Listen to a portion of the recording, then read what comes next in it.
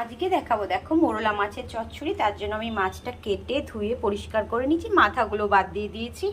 আর কড়াইতে তেল বসিয়ে গরম বসিয়ে দিয়েছি। নুন, মাছগুলোর মধ্যে আমি নুন হলুদ মাখিয়ে নেব, দিয়ে এবার মাছটা আমি ভেজে নেব।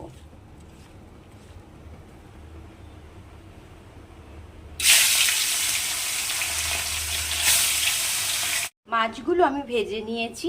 এবার ওই তেলের মধ্যে, গরম তেলের মধ্যে আমি পেঁয়াজ দিয়ে দেব আর দিয়ে দেব আলু। আলু আর পেঁয়াজ ভাজা হতে হতে দেখো আমি একটা মশলা রেডি করে নিয়েছি। আমি নিয়েছি হলুদ, লঙ্কার গুঁড়ো, আদা বাটা, ধনের গুঁড়ো, নুন, জিরের গুঁড়ো। এবার আমি এগুলো একটা পেস্ট বানিয়ে নেব।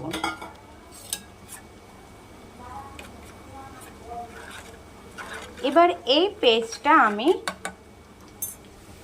দিয়ে দেব, দিয়ে আলু দিয়ে ভালো করে এটাকে কষিয়ে নেব, যাতে কাঁচা মশলার গন্ধ না থাকে। মশলাটা আমার বেশ কষানো দেখো হয়ে গেছে।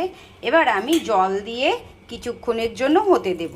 5 থেকে 10 মিনিটের মতন আমি এটাকে কুক করে নেব।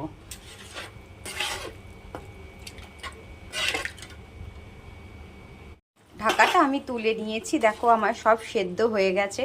এবার আমি মাছগুলো দিয়ে দেব, দিয়ে ভালো করে নাড়াচাড়া করে নিয়ে দিয়ে দেব আমি কেটে রেখেছি সামান্য ধনেপাতা কুচি।